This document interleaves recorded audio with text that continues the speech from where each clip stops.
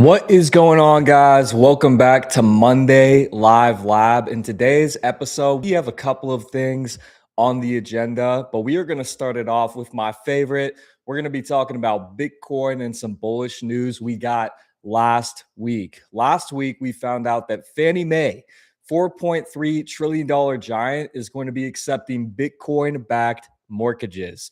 Super bullish for Bitcoin. And what this means is that Bitcoin is going to be locked up and not sold on the market. When we think about a lot of these large Bitcoin holders who have been holding Bitcoin since around 2010 through now, they've watched Bitcoin go from $100 to above $100,000.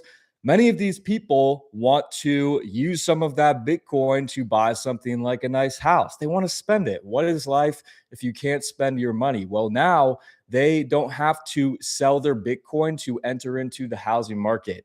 Instead, they can pledge their Bitcoin as collateral, and that Bitcoin won't be sold. So they kind of get the best of both worlds. So this is going to lead to a lot less selling pressure for the Bitcoin market. And it's also just another huge step for Bitcoin adoption, having one of these large government sponsored enterprises setting the precedent for the market. If Fannie Mae is accepting Bitcoin backed mortgages, this means that a lot of these other financial institutions, a lot of these lenders are going to be following in their footsteps. And pretty soon, these lenders are going to prefer Bitcoin as collateral. And I'll tell you why. They're not just going to accept it, they are going to prefer it. They're going to prefer it because Bitcoin is a great long-term store of value. Bitcoin has gone from $0 up to above $100,000 in just around 17 years. And Bitcoin has proven that over time, if you hold it for 10 years, 20 years, 30 years, that it holds its value. And when we think about mortgages, these are 10-year loans, 20-year loans, 30-year loans. And as a lender, you want to have assets as collateral that are going to hold their value over that period of time. Another reason why Bitcoin will be preferred as collateral is because Bitcoin is very liquid. Bitcoin is very easy to deal with.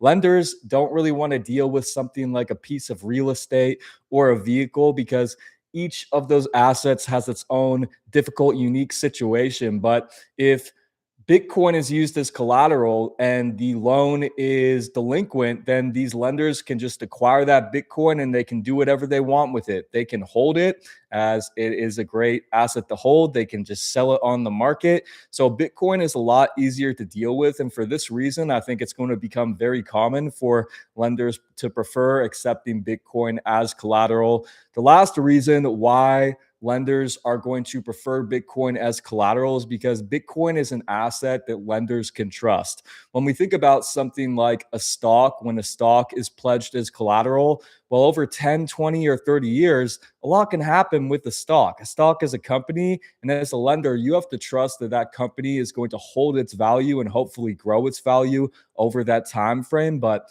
over a time frame of 10 to 30 years, we often see that companies go under or companies decline or companies become irrelevant. So as a lender, I would much rather hold a neutral monetary asset with scarcity like Bitcoin or gold that I know is going to hold its value over that period of time. So lenders are going to get behind this, especially as Bitcoin keeps going up. This is going to be an asset they are going to be very open to accepting as collateral. And this is a reason why you might want to get some exposure to Bitcoin as we see more institutional adoption. And if you are interested in getting some exposure to Bitcoin, buying some or learning about it, you should check out River Bitcoin, one of my favorite Bitcoin platforms. I like them because they're highly secure, they have low fees, and they also have a lot of great educational resources. If you want to learn about Bitcoin, you should check out River. I will put a link to their website down below. Now, let's get into our second item on the docket here. We are going to be talking about the bond market because for the past couple of weeks, bond yields have been heading up higher. And actually, today, weirdly enough, we're seeing that bonds are heading lower. So today, after bonds have sold off over the past couple of weeks, we're seeing a lot of people stepping into this bond market and buying the dip, as we like to say in the Bitcoin space.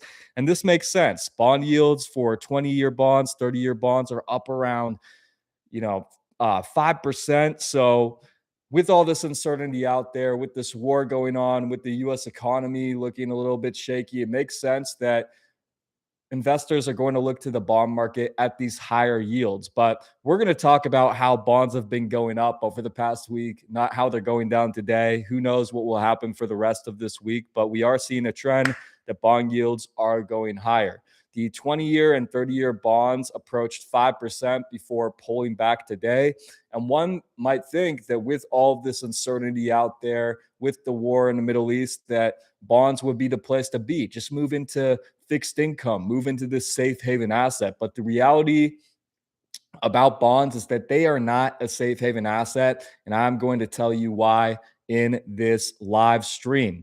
Now, a major reason why we aren't seeing people buying into bonds as we have all this uncertainty out there is because prices are going up. And as investors, you are looking to beat inflation with your investment. So you're looking for a yield that is going to be higher than the inflation rate. With oil prices going up, with energy costs going up, and with people expecting more money printing, which I'm going to get into in a moment here, inflation expectations are moving up. We just saw last week that the 12-month inflation expectations are up to 5.2%.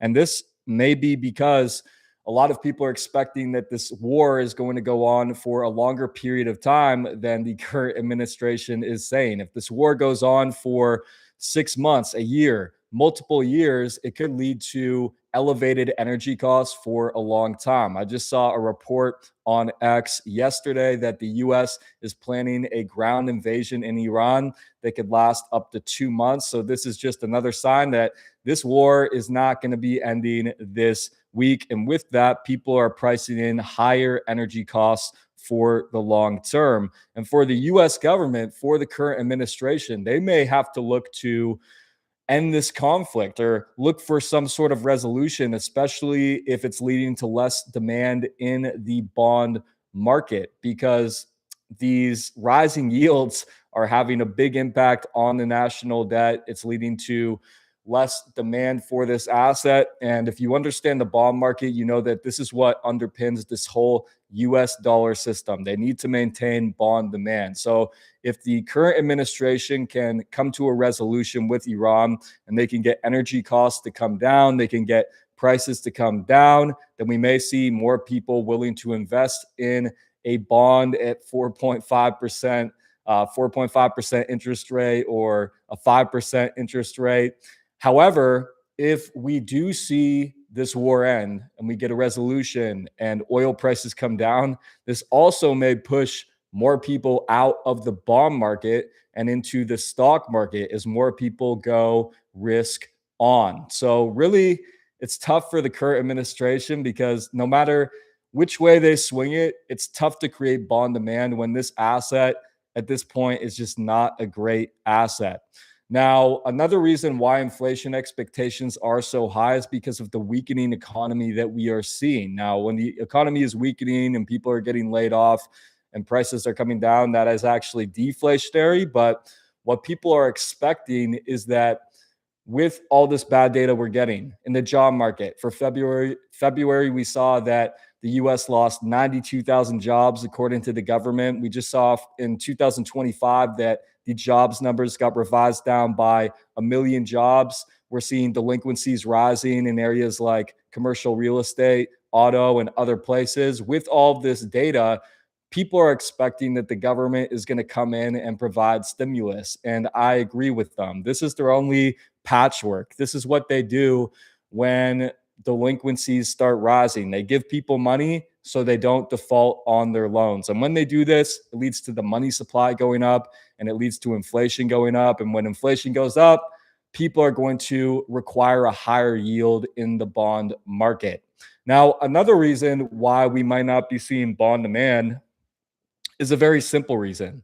And that reason is that bonds are just a bad investment. The US is in a ton of debt, over $39 trillion worth of debt, and the supply of US Treasury bonds is continuing to grow faster and faster.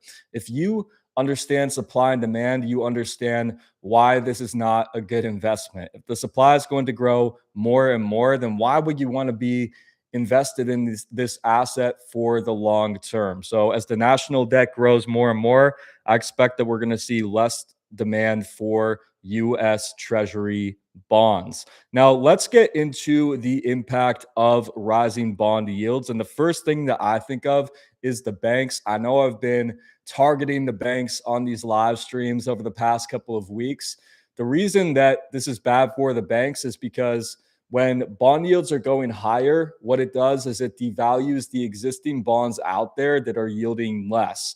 And unfortunately for the US banks, they loaded up on treasury bonds at very low yields back in 2020 and 2021, yields around 1%. So when yields go up to 5%, it means that these bonds that the banks are holding lose a lot of value. And as people see these holdings of bonds for the banks that are losing value, they become nervous. A lot of customers may start to pull their money out of the bank, and it can lead to problems like bank runs. And this is exactly why you need a strategy to protect yourself against something like a bank failure.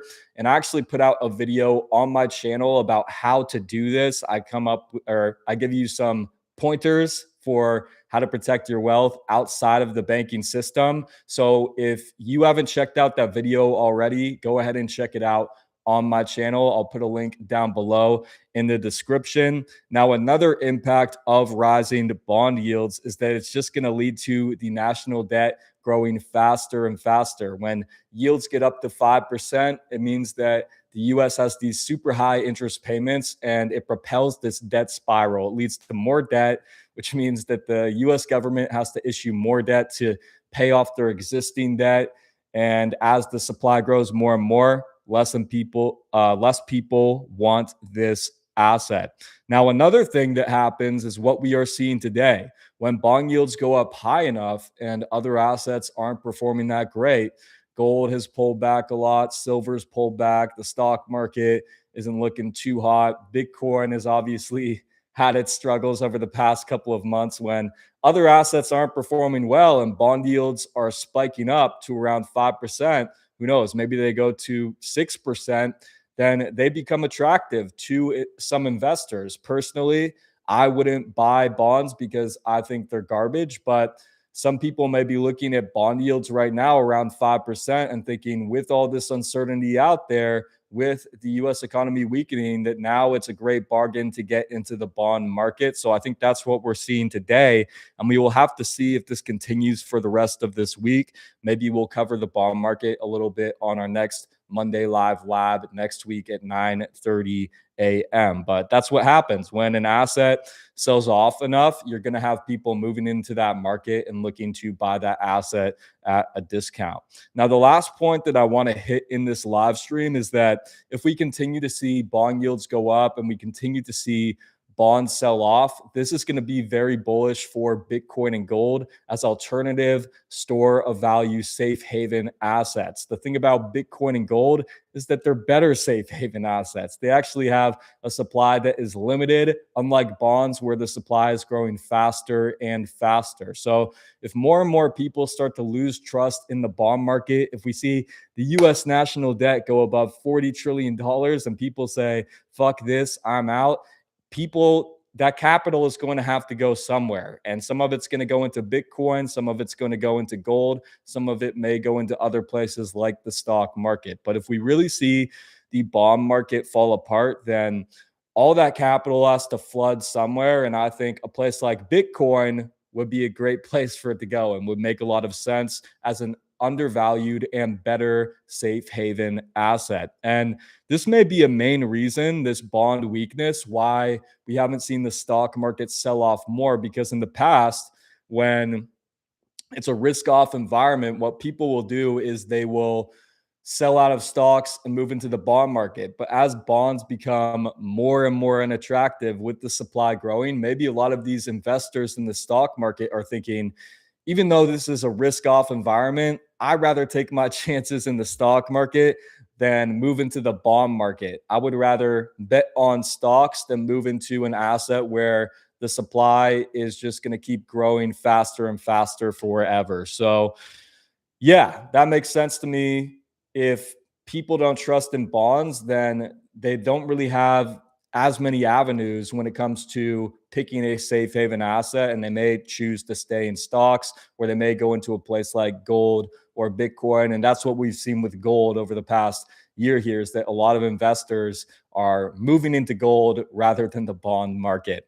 That's going to wrap it up for this one today. We will keep our eyes on the bond market, and it'll be interesting to see if we do get some more bond demand. Bond yields are down big today, around 10 basis points. But as I said, I see a lot of problems with the bond market that may force people to look towards other assets, other alternatives.